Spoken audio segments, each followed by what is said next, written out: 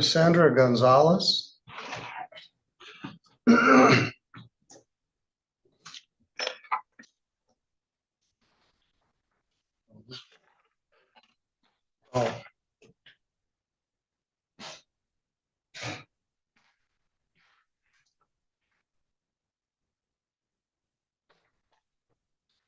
Good morning. Morning.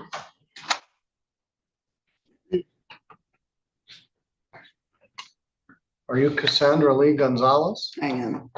Ms. Gonzalez, you're charged with driving suspended. Let's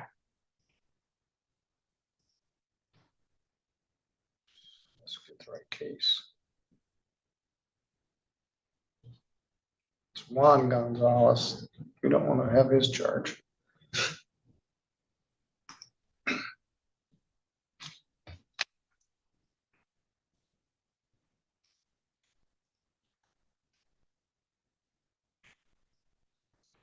It's alleged that on June 25th at Michigan Avenue and Wood Street, near where you live, you drove with a suspended license. That's a misdemeanor, punishable by up to 93 days in jail and a fine of up to $500. Also requires that your license be suspended. When I was a kid, there was a gas station on that corner called Nick's gas station. I rode my bike down there, put some air in the tires with the tire thing and rode home. My tire exploded. My tire popped about 50 feet from this gas station in the corner, right on this corner. It was only about 70 years ago. At any rate, Ms. Gonzalez, you're on probation right now for an assault charge. And one of the conditions of your probation is you're not to drive a motor vehicle. I mean, you're not to commit any violation of law.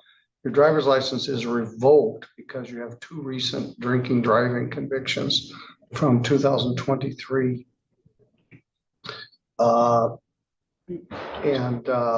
So there's a ramification that this could be a violation of your probation. And you're under the category, the same category as Mr. Cap, I just don't care. IDGAF. You drove to court here today. Your driver's license is revoked. You're on probation for an assaultive crime, and you drove to court and parked right behind Judge Pattison on the street out there. So I'm of a mind to just put you in jail right now and set it for a pretrial about a month from now and see what you think about that. Your Honor, if I may, there's some documentation that would be entering a not guilty plea on unless the court has a master driving record that has some other information. We have some information as well that I have reviewed before. All right. Well, the driving record I see says that she is revoked. 306 East Michigan Avenue. She has a drinking driving conviction impaired in Kalamazoo County on April 11th of 2025. Sure. And she has a previous driving while intoxicated conviction. Permission to approach, Your Honor. Yes. She got 2 convictions on the same day. Not to pre-litigate the case, but just for the purposes of bond, I think that there's some. I think that this is a situation where certain letters get sent. No, well, okay. Perhaps in the wrong. Laura, could you get copies of these for me? She gets one letter telling she's suspended, and she gets another letter telling her she's restricted. Correct. One, the restriction is from the impaired and all right, so she may be confused. Well, I'll tell you here, your driver's license is revoked. You can't drive. Despite what you may believe here, you can't drive.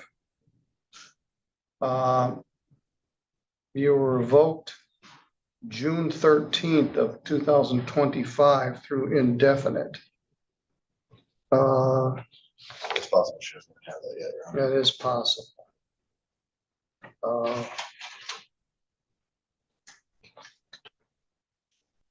We'll provide a copy of those to the prosecutor.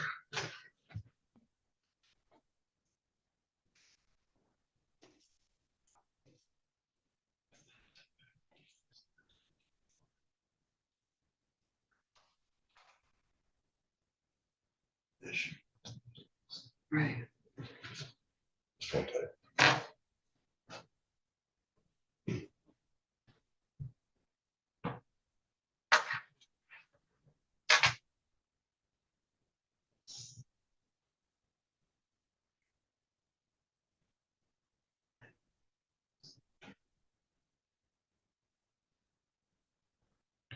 All right, set attorney pretrial for 8:15. That'll be in front of Judge Pattison, and that's probably just as well. He's got your probation.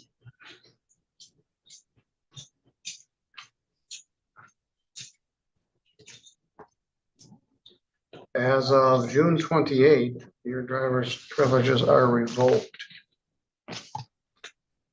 So we'll get a lawyer for you. There may be reason to see why you may have been confused. All right, you're good to go.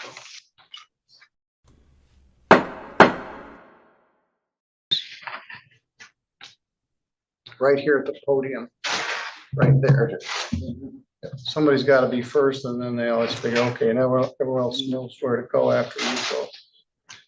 Good morning, sir. Good morning.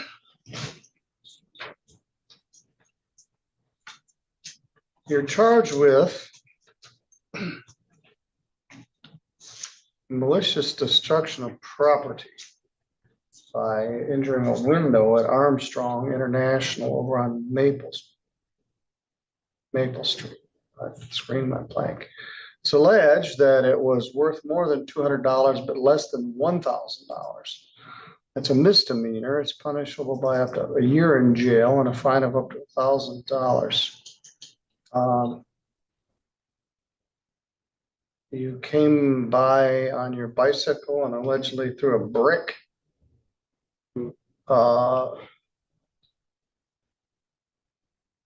the window at Armstrong's. Armstrong's building comes right up next to the sidewalk. I asked him why he threw the brick, and he said he was mad. I asked him what made him mad. He said he didn't know. It just happens. Okay. Mr. Kratzer, are you on probation or parole anywhere? No. Mr. Stickley, have you had a chance to discuss this with him? I did, Your Honor. In this case, we would ask that the court enter a plea of not guilty on his behalf, and it would be appropriate here to appoint counsel. All right. According to Jenny, I'm supposed to set things for August 15th. I think I'll set this one for that date. That'll be on Judge Patterson's docket, but you can handle it. Mr. Kratzer, you live on Maple Street? Yes. So it's not far from Armstrong's?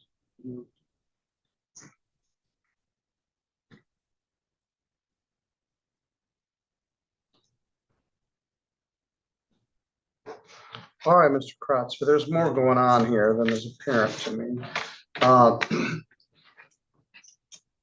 Are you receiving any services from Pivotal or anywhere else? Yes. Do you have a caseworker? Yeah. Okay.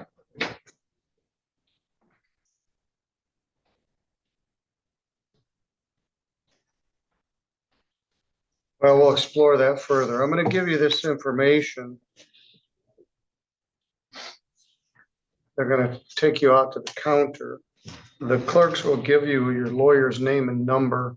I want you to call that lawyer, make an appointment to discuss it with him prior to your pretrial on the 15th of August. The defense attorney will get the police report, get your background, get more information, what this is about. This is a little scary. This guy was in the room and the broken window was broken. The brick landed right at his feet. So I'm not sure, but like I said, there's more to the story than I can see. So you go with the court officer and you'll see Judge Pattison on the 15th. Okay. All right, good luck. All right, bye, Nick.